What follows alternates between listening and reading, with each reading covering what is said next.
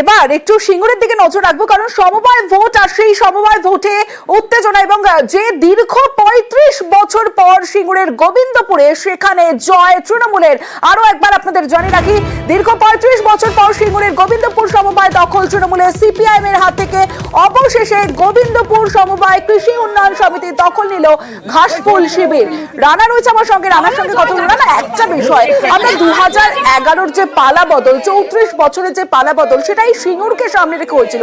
তাহলে এই যে গোবিন্দপুর সমবায় দখল করতে 11 বছর লেগে গেল কেন? একদমই তাই। দেখো, রাজ্যের যে পালাবদল হয়েছিল সিঙ্গুরের সেই কৃষি জমি আন্দোলনকে ঘিরে কিন্তু রাজ্যে যেমন পালাবদল হয়েছিল, কিন্তু এই গোবিন্দপুর কৃষি সমবায় সমিতির কিন্তু এইটা কিন্তু 2018 সালে কিন্তু যে নির্বাচনটা হয়েছিল, তখন কিন্তু সেই ফলাফলটা তৃণমূল কংগ্রেস তারা করতে পারেনি। কিন্তু এরপরে যেটা জানা যাচ্ছে যে বিভিন্ন ভোটাররা যেটা বলছে যে এই কৃষি সমবায় কৃষকদের জন্য করা, সেখানে কৃষকদের কোনো স্বার্থের বিষয়টা তারা কিন্তু কোনোদিন দেখেনি বা করেনি। ফলে বুঝতে পারছে, একদিকে যেমন লোকসভায় যেমন রাজ্যে তৃণমূলের জয় জয়কার, তেমনি কিন্তু সিঙ্গুরে সেই কৃষি জমি আন্দোলনের যে আতুরঘর, সেই গোবিন্দপুর কৃষি সমবায় সমিতি কিন্তু দখল করলো ঘাসফুল শিবির। বোঝা যাচ্ছে না, অর্থাৎ 35 বছর পর সিঙ্গুরের গোবিন্দপুর সমবায় দখল নিল তৃণমূল। 2011-তেও আমরা দেখেছিলাম, তারপরেও 2018-তে এখানে ভোট হয় কিন্তু জয়লাভ করেনি। এবার 2024-এর সমবায় ভোটে সিঙ্গুরের এই গোবিন্দপুর সমবায় কিন্তু দখল নিল তৃণমূল।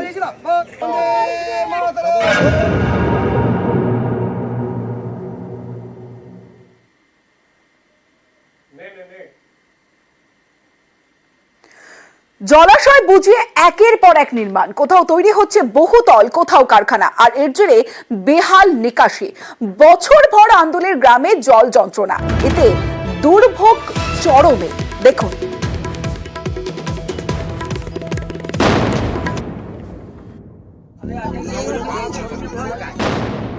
রাস্তায় জল, খেলার মাঠে জল, প্রায় সারা বছর জমা জলে দুর্ভোগ হাওড়ার আন্দুলে। আন্দুলের পাশ দিয়ে বয়ে গিয়েছে 16 নম্বর জাতীয় সড়ক। রাস্তার পাশে রয়েছে নয়নজুলি এবং জলাশয়, যা আন্দুল সহ হাওড়া শহরের জল নিকাশির বড় ভরসা। এইসব জলাশয় বুঝিয়ে তৈরি হচ্ছে একের পর এক নির্মাণ। অভিযোগ, নিকাশির পরিকল্পনা ছাড়াই কারখানা অথবা বহুতল তৈরির অনুমতি দিচ্ছে আন্দুল গ্রাম পঞ্চায়েত। ফলে এলাকার জল বেরোনোর রাস্তা বন্ধ। ভুগতে হচ্ছে আন্দুলের আরগড়ের প্রায় 25,000 বাসিন্দাকে। কোথাও রাস্তায় জল, কোথাও আবার বাঁশ দিয়ে তৈরি হয়েছে অস্থায়ী রাস্তা। খেলার মাঠ যেন পুকুর। স্থানীয়দের দাবি, প্রায় সারা বছর এই গ্রামে জল জমে থাকে। এর জেরে বন্ধ অঙ্গনওয়াড়ি স্কুল। যখন মাঠ উদ্বোধন হচ্ছে তখন একটু খেলাধুলা যেত, তারপরে মোটামুটি জল তো সবসময় লেগেই থাকে। আর এই সামনে একটা স্কুল দেখছেন, স্কুলও মোটামুটি জলের বিনিময়ে বাচ্চারা স্কুলে আসতে পারছে না, স্কুলও বন্ধ। অঙ্গনওয়াড়ি কেন্দ্র, অঙ্গনওয়াড়ি কেন্দ্র এটা কতদিন বন্ধ থাকে? বন্ধ বলতে কি, জল লাগবে না তো কি খুলবে, বন্ধই থাকে বলে চললো। যদি 12 মাসে একটা বছর মোটামুটি 10 মাস বন্ধ, 2 মাস খোলা। মাঠটায় লোক ভর্তি থাকতো সবসময়, শুকনো তো 10 বছর 12 বছর জলে ভরে যাচ্ছে এই কারখানা হতে। বছর ভর জল যন্ত্রণা, এরই প্রতিবাদে আন্দুল পঞ্চায়েত অফিসে বিক্ষোভ স্থানীয়দের। 8 ঘন্টা বৃষ্টি হলে জল ঢুকে যাবে, আর এখানে পার ডে 60,000 লিটার জল ওইদিকে ছেড়ে দিচ্ছে। আমরা কোথায় যাবো? মেম্বাররা জিতছে, কারখানায় চলে যাচ্ছে, বেআইন হয়ে ফ্ল্যাট কিনছে, ফ্ল্যাটের কাছে পয়সা নিয়ে এসছে। যে ফ্ল্যাটের ম্যানেজার সে বলছে পঞ্চায়েতকে টাকা দিয়েছি, পঞ্চায়েতে টাকা দিয়েছি, কাজ হবে। আর আমরা ডুববো কেন? আপনার যে জলটা যাবে, আমরা ডুববো কেন? আপনার জলটা কোথায় যাবে? চাইছি যাতে NH6 রোড দিয়ে জলটা বেরিয়ে যায়, কারণ আমাদের ওইটাই হচ্ছে মেন ড্রেন। NH6 জঙ্গলপুরের যে ড্রেনটা আছে, ওই ড্রেনটা আমরা ভ্যাসেল লাগিয়ে খুব তাড়াতাড়ি দ্রুত আমরা এটা পরিষ্কার করব, এবং ওটার অ্যামাউন্ট প্রায় 30 লাখ। আন্দুল পঞ্চায়েতের তরফ থেকে পরিস্থিতি বর্ষার আগে সামাল দেওয়ার আশ্বাস দেওয়া হয়েছে। তবে স্থানীয় বাসিন্দাদের দাবি, এইটুকু সময়ের মধ্যে কি করে এত বড় সমস্যা মেটাবে পঞ্চায়েত, সেই প্রশ্নচিহ্ন থেকেই যাচ্ছে। দেবাশিস চক্রবর্তী, নিউজ 18 বাংলা, হাওড়া।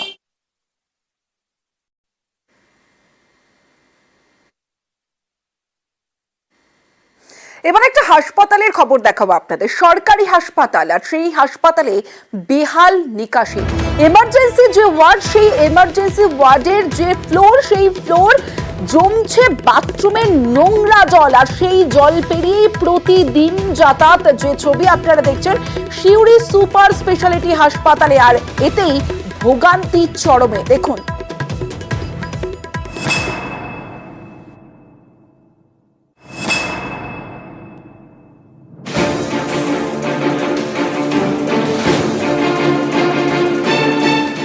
বীরভূমের সিউড়ি। এখানেই সিউড়ি সুপার স্পেশালিটি হাসপাতাল।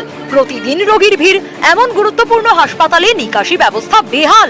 হাসপাতালেরই বাথরুমের নোংরা জলে ভাসছে এমার্জেন্সি ওয়ার্ড। জল থই থই একতলার অন্য ওয়ার্ডও। সেই নোংরা জল পেরিয়ে ঢুকতে হচ্ছে হাসপাতালে।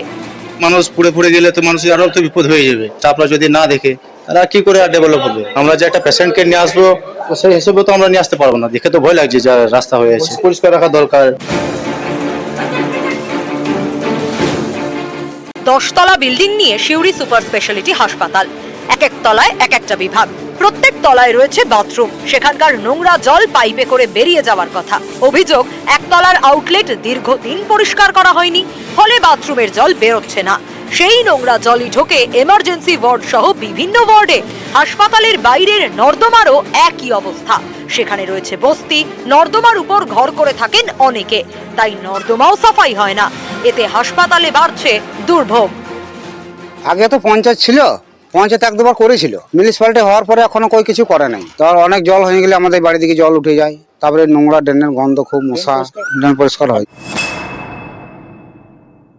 কিছু কনস্ট্রাকশনের প্রবলেম রয়েছে, তার মধ্যে আমাদের যে সুয়েজ সিস্টেম রয়েছে, আমাদের এসটিপি রয়েছে, সেই এসটিপির প্রথম থেকেই যা বানিয়ে দিয়ে গিয়েছিল, তারপর থেকে যে পুরোটা ক্লিন করা বা তোলা, সেই বিষয়গুলো ডিফিকাল্টি রয়েছে। আশা করি এ সপ্তাহের মধ্যে ঠিক হবে। আমাদের তরফ থেকে পৌরসভায় পার্মানেন্ট 4টে লেবার দিচ্ছি, প্রত্যেকদিন সুইপিং হয়। কিন্তু এই যে হাসপাতালের ভেতরে যে মেনটেন্স, সেটার দায়িত্ব তো হাসপাতালের সুপারের। কিন্তু হ্যাঁ, এনক্লোজমেন্ট যেটা বারবার ওভারফ্লো হচ্ছে, আমরা যতটা পারছি পরিষ্কার করছি। আগামী দিনে যে ড্রেনে বসতিটা আছে সেটা আমরা এনক্লোজমেন্ট ভেঙে দেবো। বারবার সিউড়ি হাসপাতালের যে চেম্বারের জল তা কিন্তু উপচে চলে আসছে এবং তাতে সমস্যায় পড়েছে রোগী এবং রোগীর বাড়ির আত্মীয়রা। আর এই সমস্যা থেকে কবে কিভাবে মুক্তি পাবে তার কিন্তু প্রশ্নের এখনো অবধি কেউ কোনো উত্তর দিতে পারেনি। সুপ্রতিম দাস, নিউজ 18 বাংলা, বীরভূম। শুরু হচ্ছে বিশেষ অধিবেশন। আর প্রথম দিন থেকেই টার্গেট বিজেপি। প্রথম দিন থেকেই সুর চড়াবে তৃণমূল, আক্রমণ শানাবে তৃণমূল। সংসদে যখন বিশেষ অধিবেশন শুরু হচ্ছে তখনই টার্গেট, আক্রমণ শানাবে তৃণমূল। বিজেপির বিরুদ্ধে একাধিক ইস্যুতে সুর চড়াবে ঘাসফুল। শেয়ারে ধস, এক্সিট পোল নিয়ে সরব হতে পারে তৃণমূল। সংসদের 2 কক্ষে দাবি নিয়ে সরব হবে তৃণমূল। সংসদের 2 কক্ষে মুলতবি প্রস্তাব আনার পরিকল্পনা তৃণমূলের।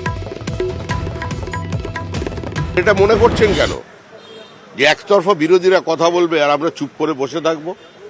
এটা মনে করার কোনো কারণ নেই যে ভোট পরবর্তী হিংসার যা তৃণমূল কংগ্রেস চালাচ্ছে, যে নিরবিচ্ছিন্ন অত্যাচার চলেছে, সেটা শুধু লোকসভায় নয়, রাজ্যসভাতেও উঠবে, ঝড় উঠবে।